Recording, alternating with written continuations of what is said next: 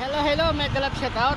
At ito na yung part 2 kasi naputol yung part 1. Napindot ko yung stop. Ito na.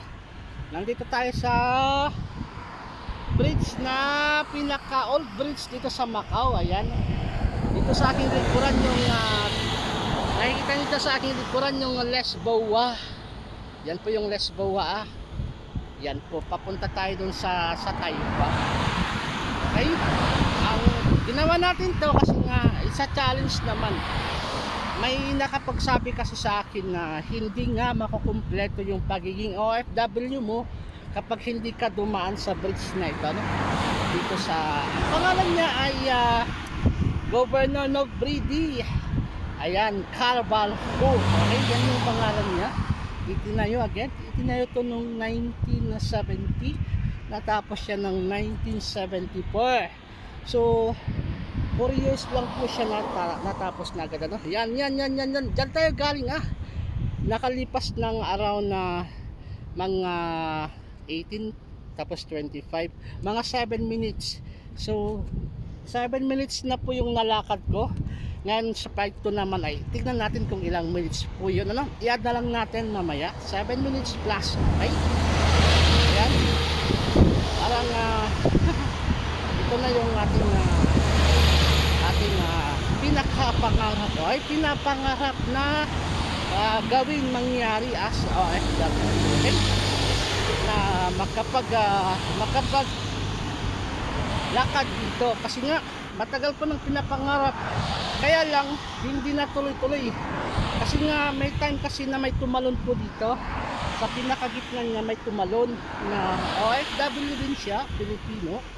Ang reason yata ay kung hindi ako nagkakamali ay wag na lang natin sabihin kasi ay okay? Basta yung tumalon dito ay Pilipino na gwapo at bata pa, wala pang 30, may nagja-jogging. Okay, yan kasi yung daan kasi mas masikip. So yan, kapag may kasalubong yung tabi ng konti, ano? May naglalakad na bukod pala sa mga nagja-jogging, may naglalakad. So exercise ito, ito yung magandang exercise. Right? Filipino, hello, hi. Hello, yan ay, diba?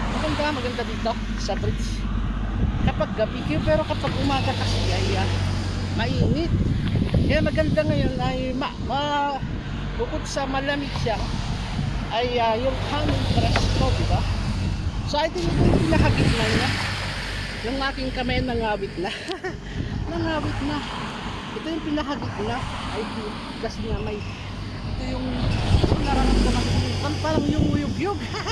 Nakakakaba, parang yung uyug-yug yung yung itong bridge kapag may natatapat na sasakyan, lalo na kapag bus, kasi yung bus malalaki. Dapat pala meron akong tawag doon, yung selfie stick, para hindi ko na kailangan ikon yung mukha ko kasi masyadong malaki yung mukha ko. Okay, iharap natin yung camera. So ang sagot pala kanina about sa OFW ay layon. Okay, bago ko iharap yung camera, no? Explain natin kung bakit layon, ano? Yung layon, L-Y-O-N, layon. Ang purpose kasi ng pagiging OFW ay layon natin na mapabuti ang kalagayan ng ating mga pamilya para sa kanilang magandang future. Layunin natin, di ba? Layon, pero kailangan ay maging tawag dito, maging preparado ka. Dapat dito ay mentally prepared ka na, kasi nga yung may pangarap ka, diba? Kasi yung plano mo o layon mo na yun, matutupad lang yun kung ikaw ay talagang magposigido, ano? Magposigido, o di kaya may tibay ng loob. Okay? Hindi naman kasi kailangan ng may experience ka, ang kailangan lang ito ay self-confidence, tibay ng loob at magdasal ka siyempre. Kasi maraming pagsubok bilang OFW. Alright? So sana may nanalo kanina sa layon. Hindi yung layon na hindi yung layon na nangangagat. Layon Tagalog pa. Okay, layon, parang layunin, okay? So dito tayo sa part 2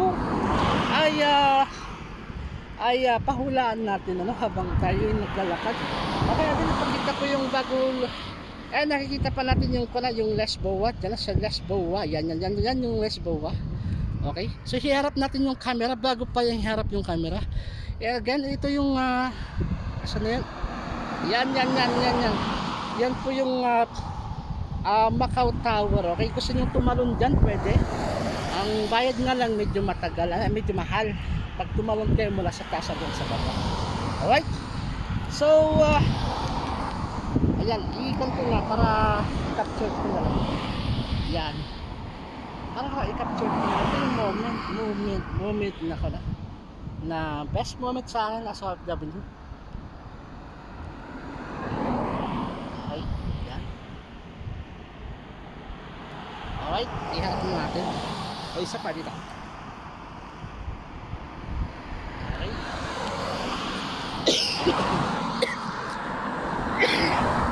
Ayan, medyo wala akong dalang tubig. Okay?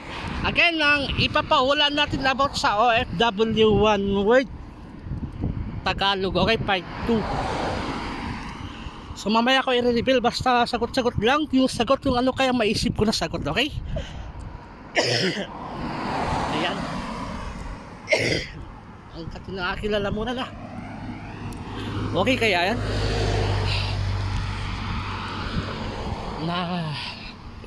Yan. Medyo nahihirapan na kung magsalita kasi nga wala akong dalang tubig. Wala akong dalang tubig na uhaw ako. Ayan. So ayan. Hindi mo na ako magsasalita kasi nga nangati yung aking lalamunan. Okay, ayan, pwede na siguro. Okay, ayan o, may kabilang bridge din sa kabila. Again, may sinabi ko na kanina, may bridge din sa kabila. Maganda din yung bridge doon kasi nga magagaling siya doon sa may Macau Ferry. Okay, so dito tayo nang galing sa may Lesboa. Ito yung pinaka old bridge. Okay, dito sa Macau matatagpuan. Alright, ay kukwento ko na lang kung paano ako napunta dito sa Macau. Okay, ang dahilan ay nagtour ako sa Hong Kong. After ng tour ko sa Hong Kong ay pumunta ako sa Macau. Yun, ang hirap dati maghanap ng trabaho kasi nga ay everyday naghahanap, then walang available. Karon mas lalo ngayon, mas mahirap ngayon kasi nga ay mas maraming naghahanap ng trabaho. Kaya naman ay nagpapasalamat ako kay God kasi nga nakachamba ako dito, naswertehan kong nagtrabaho dito. Hindi naman ganun kalaki yung sahod ko, pero at least may trabaho dahil may mga iba nag-apply ilang buwan o ilang balik-balik na nila ay hindi sila pinalad. Kaya swerte ko guys kahit pa paano. Okay, dito sa Macau ang pinaka I think sa ibang mga places dito kasi open siya 24 hours. Pwede kang maglaklak. Pwede kang uminom sa mga park. Walang curfew. Okay, walang curfew. Pwede kang mag-inom sa labas, then matulog ka sa labas. Walang hold up or ganun. Walang nangyayari. Kumbaga very safe ka. Ramdam mo yung safe mo dito kasi sa experience ko maraming mga lasinggero na dumadaan sa store ng aking boss. Lasing na lasing, halos doon na sila natutulog minsan sa harapan ng store ng aking boss.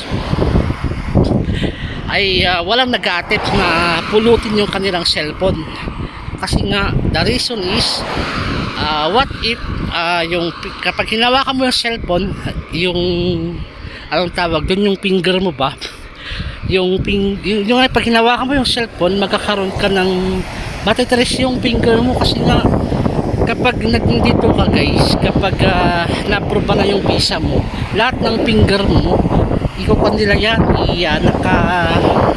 ano yung machine,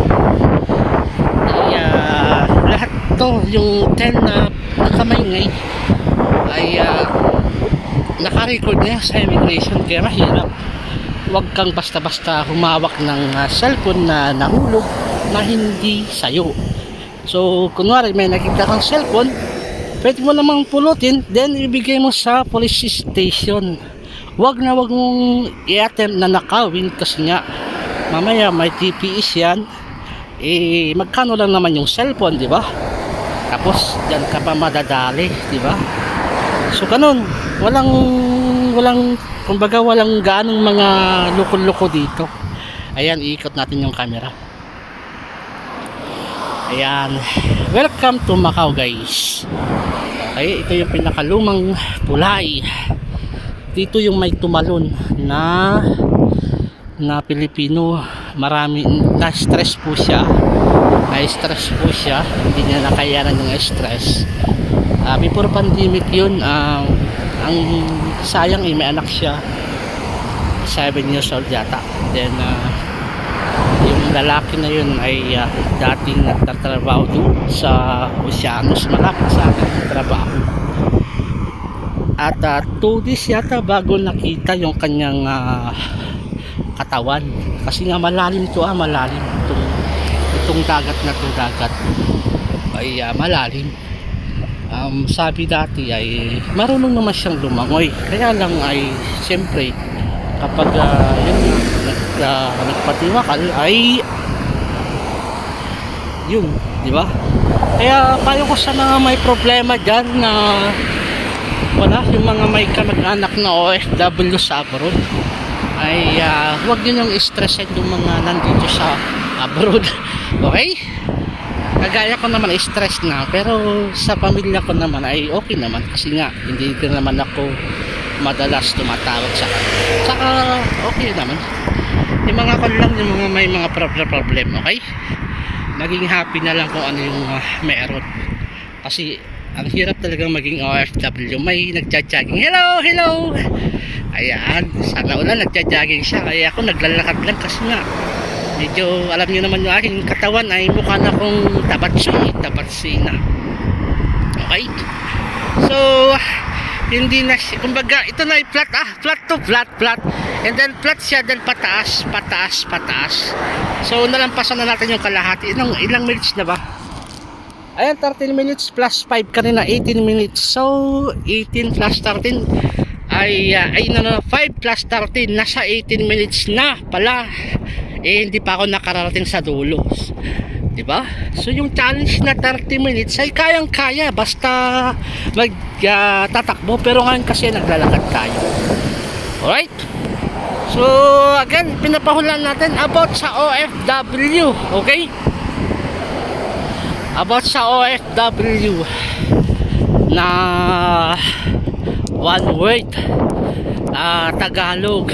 Okay, one word Tagalog about sa OFW. Kanina Lion, okay, ngayon naman ano kaya? Abangan nyo, i-reveal ko mamaya. Galingan nyo dyan sa baba.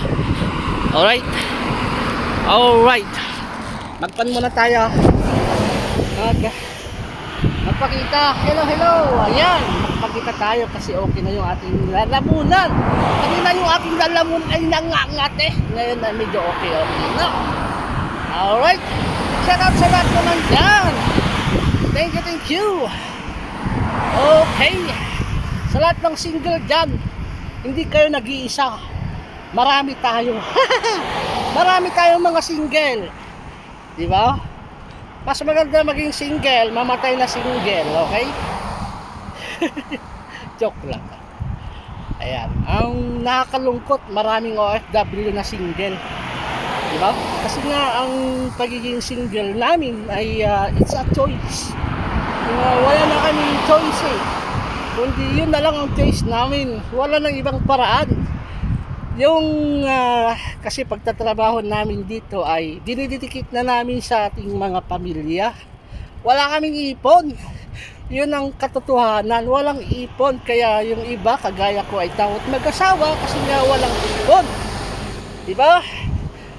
Yan yung problema. Sana kasi, ang wish ko kasi sana ay yung sahod ay 2 times. Kagaya sa Pilipinas 2 beses, dito ay 1 beses lang. Ay pag sumapit na yung 20 days after sahod ang hirap na, wala nang pera, ang hirap ayun, may nagja-jogging na kababayan natin. Tumigil muna tayo kasi may nagja-jogging kasi maliit lang yung daanan. Hello. Ayan, may nagja-jogging, okay? Yan na siya. So kailangan kung may kasalubong ka ay tumigil muna tayo, okay? Huwag tayo makipagsabayan kasi na yung gilid niya, tignan nyo yung gilid kalsada na yan. Ay, nag-iingat lang tayo, okay? Ingat. Alright. Ano pa yung gusto nyo malaman? Dito sa Macau, sa experience ko sa Macau ay lahat ng klase ng bisyo nandito na. Yan. Lahat ng klase ng bisyo sa mga mahilig uminom, ayan, pwede. Unlimited yan. Saka mura yung mga alak. Yun yung the best dito. Yung sa halagang 100 mo lang malalasing ka na, ay pulutan ka pa. Kaya at saka biglang nangabit na naman yung kamay ko. Ay nako, at sana selfie stick yung aking kana. Next time bibili ako ng selfie stick para ginaganon ko ginaganyan ko lang ngayon yung kamay kong naghahawak. Okay, may naglalakad, may nagja-jogging na naman. Tigil muna tayo habang nagpapahinga. Pahinga muna kayo. Medyo malayo pa naman, kaya lang ay magpahinga na. Hello!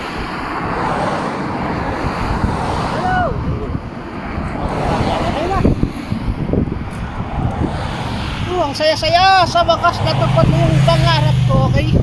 Kaya lang yung video ay hindi siya buo, may part 1, part 2. Sa susunod yung buong buo, okay? Buong buo. Parang kung gusto mong magkaroon ng pamilya, dapat ay buong buo. O kung pumunta ka sa abroad ay dapat buong buo. Ayan, buong buo yung determinasyon dapat. Okay, iharap ko na naman yung camera kasi nga ayan, may nagja-jogging, ayan o, nangangawit na naman kasi yung aking kamay, kaya iharap naman na natin yung camera. Alright, ang hirap naman ng mag-video ng yung kamay nakaganyan, nangangawit siya. Okay, ayan. Yan, shoutout sa lahat na lang dyan. Okay, sana ay lagi kayong magdasal, okay, syempre, para lahat ng inyong problema ay iyong malampasan. Kasi kung kayo po ay may pananampalataya, diba, mayroon kayong faith in God, ay walang pagsubok na hindi nyo kakayanin, okay? Kasi hindi lang naman kayo yung may matinding problema. Halos lahat ng tao ay nasusubukan yan. Mayaman, di ba? Yung mga mayayaman, may mga problema din ang mga yan. Tayong mga mahihirap ay syempre, common na yan problema. Kaya ay kung tumating man yan, napiling nyo ay napakabigat, isipin nyo lagi ay magdasal, okay? Dasal kayo guys, then malalampasan nyo yan. Ayan, may nagja-jogging na naman, kaya titigil tayo. Hello brother. Ayan, sana all ay nagja-jogging na, medyo tawag doon, mabilis. Okay, mabilis na jogging. Right. Sana ba tayo? Akala ko malapit na malayo pa pala. Parang hindi pa ako hanggang doon pa. Titignan ko kasi kanina, parang malapit na. Akala ko malapit na. Bakit ngayon parang hindi pa ako makarating-rating? Ha! Naku. Diyos ko Lord. Nga pala yung next na balik ko ay kasi walang yung bus stop dyan. Meron naman bus stop kaya lang medyo malayo doon. So walang choice kundi ay maglalakad ulit ako dito pabalik. Yun ay wala nang cut. Okay, dire-diretso na siya. Hay, pwede kayo maghubad dito kasi basa na yung aking damit. Bawal kasi sa park dun, yung may jaggingan dun sa kwan ay pwedeng maghubad na walang damit. Dito baka hindi pwede kasi nga may mga bus na dumadaan, diba? May mga bus baka mamaya may multa. Sayang din, mahirap maumulta dito kasi mahal. Pagaya nang nagtapon ka ng upos ng sigarilyo, dati yata ay 600, ngayon ay 1,500 na. Magkano na yun sa peso? Aabot ng mga 9,000, di ba? Sayang. Kasi dito pag may violation ka na nagtapon ka ng basura o ano, ililista yun na utang mo doon sa immigration. At kapag umuwi ka sa Pilipinas, nagbakasyon ka at hindi ka nakabayad doon, hindi ka na makakapasok, mababan ka. So kailangan ay bayaran mo yun, utang mo na yun bago ka umuwi sa Pilipinas para pagbalik mo dito sa Macau ay wala nang problema. Ganun po yun. Kaya iwasan magtapon ng kung saan saan. Okay? Kaya nga ang pairalin ang pagiging disiplinado. Alright? Ayan na ambulansya.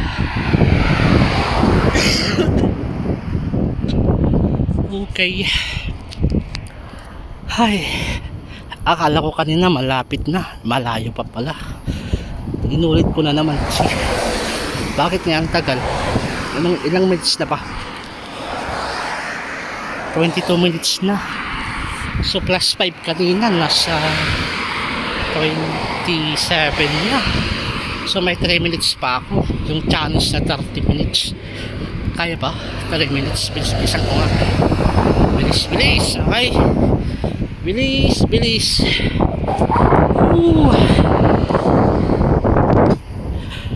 Hi. Shoutout sa mga kapwa ka OFW na nanonood dyan. Okay. Sa mga may magagandang trabaho, magagandang sahod, ay swerte nyo, diba? Sa mga hindi naman kagandahan ng sahod ay ang gagawin ay magkuan na lang, mag ibang country, mag-ipon kayo ng konti saka kayo lumipat. Pwede kayong pumunta dito sa Macau. Ang gagawin nyo po kapag babae, kasi madali lang dito pag babae, mag-tour kayo dito or di kaya sa Hong Kong, then mag-tour kayo dun, then sakay kayo ng bus papunta sa Macau, maghanap kayo ng trabaho dito. Pag babae, madali lang yan. Ayan, may nag-day. Hello Pangyaw pare. Ang lalaki ang pinakamahirap maghanap ng trabaho dito kasi bibihira yung lalaki na quota. Yung babae kunwari hindi nakahanap ng company, cleaner ganun or waiters, magkwan ka, mag-DH ka, yung domestic helper ba, yung pangbahay, steps to mo yun kahit isang taon ka lang. Then kapag natuto ka ng mag-Cantonese, Chinese, saka ka lumipat ng company. Yun ang technique. Mag-tour ka dito, maghanap ka ng trabaho, ay yun okay. Pero kung may pera ka talaga at determinado kang pumunta sa Macau, pag-apply ka sa Icon Agency sa Makati para sigurado pagpunta mo dito hindi mo na kailangan maghanap ng trabaho Kasi ang maghanap ng trabaho ay very challenging, very challenging, na medyo may kahirapan talaga guys, sobrang hirap. Yan naman nagja-jogging, nakikita nyo sa kabila. Ay, ilang minutes na ba? 25 minutes plus 5 na, 30 minutes na, hindi pa ako nakarating sa dulo. Ano ba yan? Okay. Alam nyo ba dito sa Macau, sa Macau yung mga OFW dito, kagaya ko, ay parang lang nasa Pilipinas. Kasi maraming mga OFW dito na nakakasalubong. Kasi ang liit naman nito, hindi naman siya yung kalakihang na lugar. Kumbaga sa Burgos, kasi laki lang po ng Burgos yung sa amin sa Burgos, diba? Mga ilang barangay lang to kalaki niya. Ang nagpalaki lang talaga itong space na dagat na to, kasi nga ay medyo may kalayuan. Ito yung Taipa, yung likuran natin. Ito galing tayo sa Macau, then Taipa. Okay, nako, ang tagal, hindi pa tayo nakarating. Alright, shout out again sa mga nandyan. Okay pa ba kayo dyan? Hirap natin yung camera. Okay ka ba kayo dyan? Okay pa ba kayo dyan? Yan, ako ay hindi na okay kasi walang tubig. Nakalimutan kong magdala ng tubig. Nauuhaw ako, yung aking lalamunan na natinaw. Diba? Pero masaya ako kasi nga this is it, pansit.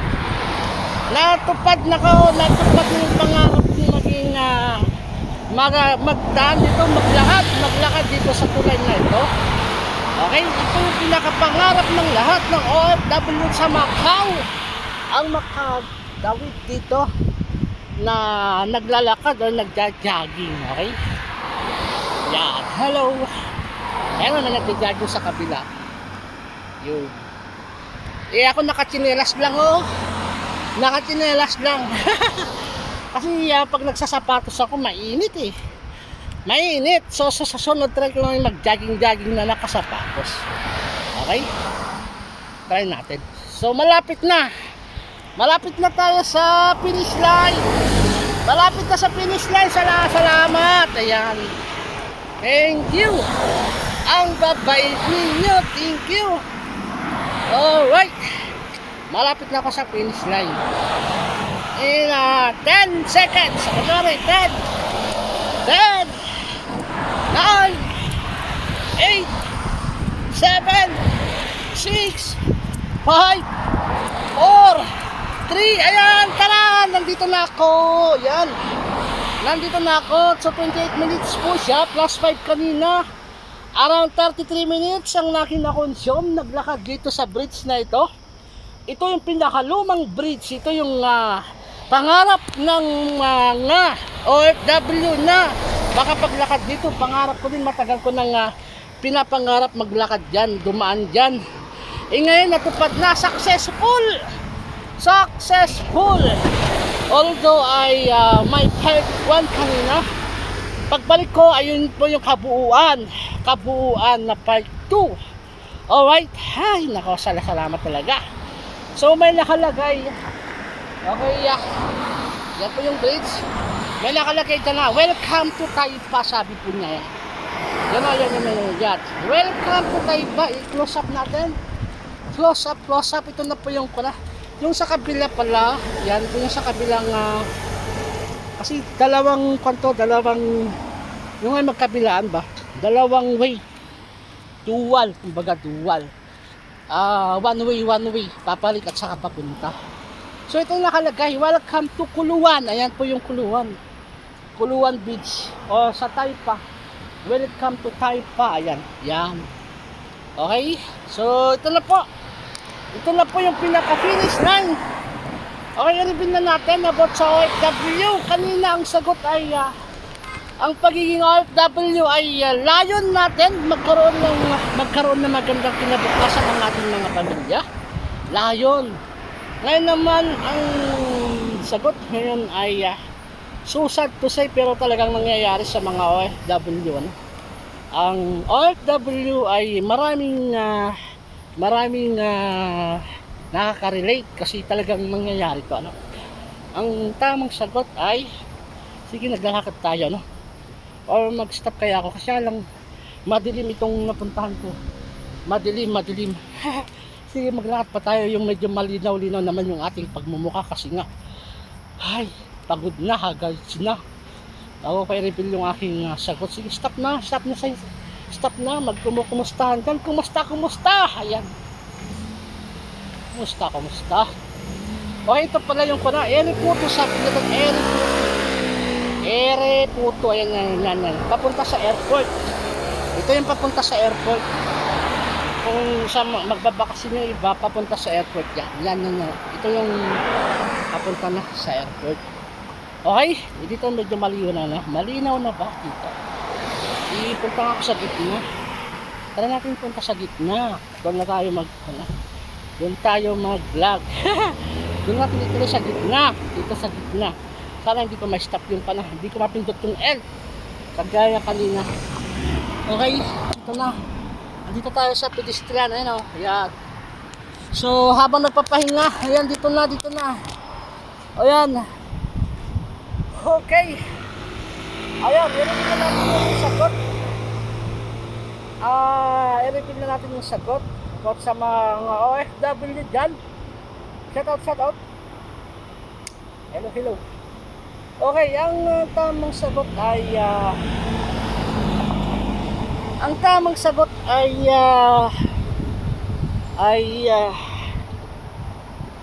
bangungot. Ayan, bangungot guys. Maraming mga OFW ang nababangungot. So, bangungot. Congratulations sa nanalo ng bangungot Congrats sa nanalo ng bangungot. Okay? Bakit bangungot? Kasi madaming nababangungot. Hindi lang naman OFW, pero karamihan kasi pagod. Yung mga ibang OFW ay pagod yan, pagod. Pag natulog ka na, siyempre hindi mo naman nakokontrol, ano? Especially yung ito yung reason why bakit ko linagay ito na sagot. Nung last week ba ngayong week, may OFW na Pilipina ba yun o yung tama, Pilipina yata, from Japan ay nabangungot. Isusurpresa na yan yung pamilya niya na pag-uwi niya. Ay ang problema, namatay siya sa bus. Nung nasa bus na siya, kaya condolence sa pamilya doon. Hindi na siya nakabot sa kanilang bahay, pero on the way sa kanilang bahay ay yun na, hindi na siya nagising. Okay, maraming salamat. Video na natin na naman yung aking lalamunan kasi walang tubig. Ayaw ko na mag-ubo dito. Maraming salamat. Good night. Ayan na, bangungot. Congratulations sa nanalo ng bangungot. So, ulitin ko itong ating part 3. Wala nang part. Okay? Thank you. Maraming salamat. Thank you. Bye-bye. Thank you. Bye-bye. Bye-bye. Thank you.